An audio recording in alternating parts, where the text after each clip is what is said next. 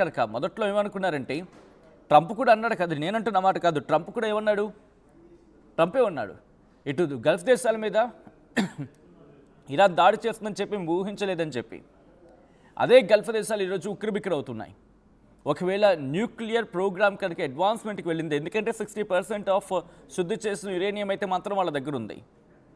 కానీ దాని గురించి ఇప్పటివరకు ఇజ్రాయెల్ కావచ్చు, అమెరికా కావచ్చు, అటు ఇరాన్ దగ్గర ఉందా, లేకపోతే అక్కడి నుంచి తరలించడం జరిగిందా, ఇదక్కడ క్లారిటీ ఇవ్వట్లేదు ఫస్ట్. ఇక రెండోది, న్యూక్లియర్ ప్రోగ్రామ్ గురించి మాట్లాడుకునే సందర్భంలో చర్చలు జరుగుతున్నాయని చెప్పి ట్రంప్ కావచ్చు, లేకపోతే Iran foreign minister Abbas Araghchi చెప్పుకొచ్చారు.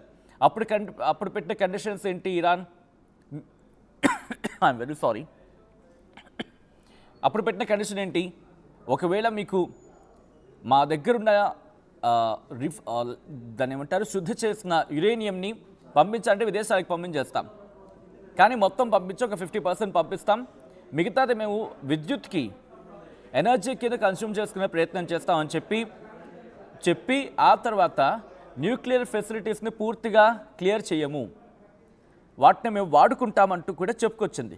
కానీ అబ్బెబ్బే అదేం లేదు, మీరు మొత్తం ఖాళీ చేయాల్సిందే, మీరు మొత్తం మీ న్యూక్లియర్ ఫెసిలిటీస్ని ఆ సెంట్రిఫ్యూగల్స్ ఉంటాయి కదా వాటిని పూర్తిగా ధ్వంసం చేయాల్సిందే, అసలు మీ దగ్గర ఒక పిడికెడు యురేనియం కూడా ఉండకూడదు, ఒక మాటలో చెప్పాలంటే ఒక పిడికెడు కూడా ఉండడానికి వీలు లేదు, మీ దగ్గర ఎంత ఉందో అంత కూడా విదేశాలకు పంపించని చెప్పి ట్రంప్ చెప్పాడు, లేకపోతే అమెరికా చెప్పిందని చెప్పిన తర్వాత ఇటు ఆ చర్చ జరుగుతూ ఉండగానే కొట్టిపాడేశాడు.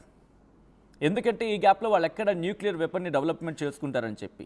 ఒకవేళ ట్రంప్ భయపడినట్టు న్యూక్లియర్ వెపన్ ఏమో రెడీ చేసుకునే ప్రయత్నం జరుగుతుందా. రిమెంబర్, బయటకు తెలిసిన సమాచారం 60% ఆఫ్ 60% శుద్ధి చేసిన యురేనియం మాత్రమే ఉంది, కానీ హూ నోస్ ఇంకా అంతకన్నా ఎక్కువే ఉందా.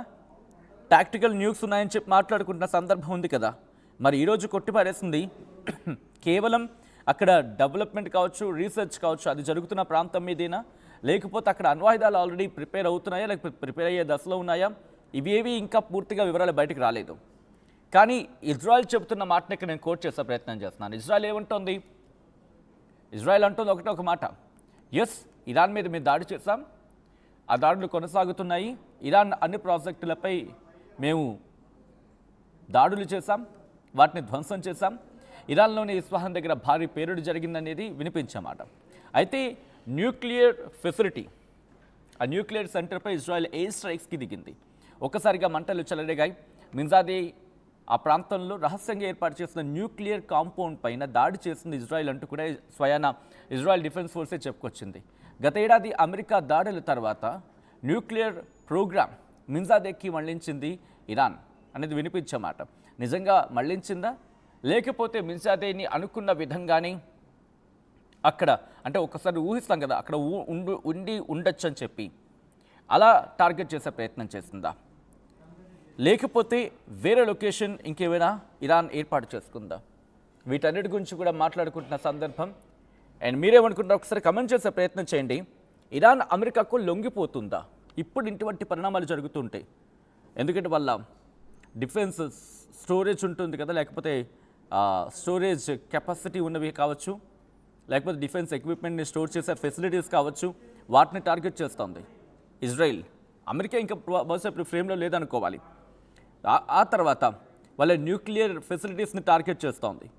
ఒకవేళ ఇక్కడ కనుక అంటే మనం ఇజ్రాయెల్ డిఫెన్స్ ఫోర్స్ చెబుతున్న దాని ప్రకారం ఈ మిన్జాదేలో కనుక న్యూక్లియర్ రీసెర్చ్ జరిగితే ఓకే, లేదు న్యూక్లియర్కి సంబంధించిన యురేనియం ఖర్చు ఏమైనా ఉంటే కనుక ఒకవేళ రియాక్షన్ జరిగితే అది పెను ప్రభావానికి దారితీసే అవకాశం ఉంది. అయితే పూర్తి స్థాయిలో ఇరాన్ అయినా దీని మీద రియాక్ట్ అవ్వాలి, లేకపోతే ఎస్ ఇంత దాడి చేసాం, ఇంత మేరకు నష్టం కలిగింది, ఇంత మేరకు ప్రభావం చూపించే అవకాశం ఉంది అంటూ కూడా ఇటు ఇంటర్నేషనల్ అటామిక్ ఎనర్జీ ఏజెన్సీ ఒకవేళ వాళ్ళైనా రిపోర్ట్ ఇవ్వాలి, లేకపోతే ఇజ్రాయెల్ అయినా ఇంత నష్టం చేస్తాం, ఇంత నష్టం జరిగింది, ఇంత నష్టం జరిగే అవకాశం ఉంది, ప్రపంచం జాగ్రత్తగా ఉండాలి అని చెప్పి అలర్ట్ చేయాలి. ఎందుకంటే రేడియేషన్ గురించి మాట్లాడుకుంటారు కదా, భయం ఉంటుంది కదా ప్రపంచానికి. సో చూద్దాం ఇజ్రాయెల్ ఎటువంటి రియాక్షన్ ఇస్తుంది అండ్ అలాగే ఇరాన్ ఎటువంటి రియాక్షన్ ఇస్తుంది. బట్ అంతకన్నా ముందు ఇజ్రాయెల్ డిఫెన్స్ ఫోర్స్ ఒక ట్వీట్ చేసింది, ఆ ట్వీట్ చూద్దాం.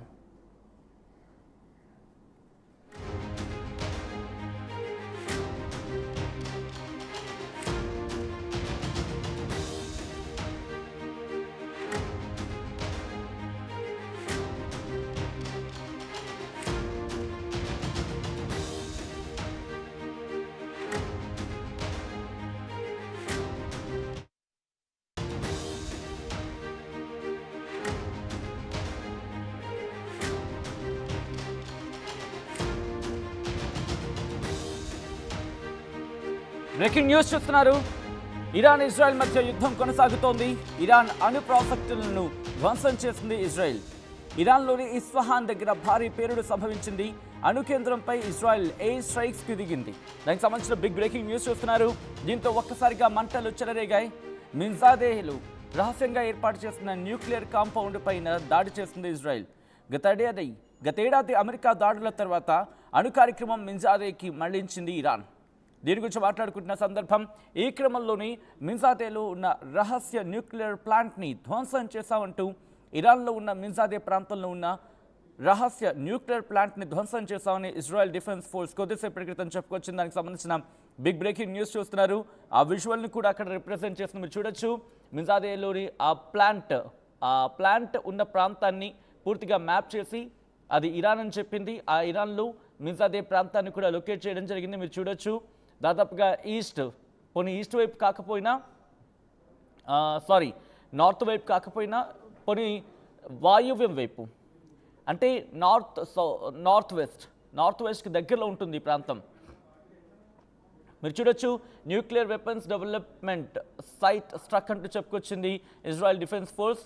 The covert Minzadeh compound was used by a group of nuclear scientists who operated to develop a key component for nuclear weapon. Using intelligence, the IDF tracked the activities at this new location, removing a key component of the Iranian regime's capability to develop nuclear weapons and to చెప్పుకొచ్చింది చూడొచ్చు. The covert nuclear compound of the Iranian terror regime. The compound was intended to enable the necessary knowledge and the advancement of nuclear weapons development capabilities. Nuclear power ప్లాంట్కి సంబంధించి అంటే ఒక రహస్యమైన nuclear power ప్లాంట్ని Iran తలపెట్టింది. దీంతో ఆ లొకేషన్ని మేము కనిపెట్టి దాన్ని అటాక్ చేశామంటూ కూడా ఇజ్రాయెల్ చెప్తున్నమాట. న్యూక్లియర్ ప్లాంట్ని దాడి చేసిన సందర్భం మీరు చూడొచ్చు. న్యూక్లియర్ వెపన్స్ డెవలప్మెంట్ సైట్ అది. అంటే న్యూక్లియర్ బాంబులను సిద్ధం చేయడానికి ఇరాన్ రెడీ అవుతోంది, ప్రిపేర్ అవుతోంది. దీంతో ఆ ప్లేస్ని మేము కనిపెట్టి ఆ లొకేషన్ని ట్రేస్ చేసి కోవర్ట్ అంటూ కూడా, కోవర్ట్ అంటే ఆఫ్కోర్స్ అర్థమైంది, మనకు అందరికీ తెలిసిన పదవి కోవర్ట్ అంటే నమ్మించి మోసం చేసే వ్యక్తుల్ని కోవర్ట్ అంటూ ఉంటారు కదా. సో అటువంటి కోవర్ట్ ఆపరేషన్ ఇరాన్ పాల్పడింది. The covert nuclear compound of the Iranian terror regime. మీరు చూడొచ్చు. ఇటు ఇరానియన్ టెర్రర్ రెజీమ్ అంటూ కూడా అక్కడ మెన్షన్ చేసిన సందర్భం. ఆ కోవర్ట్ ఆపరేషన్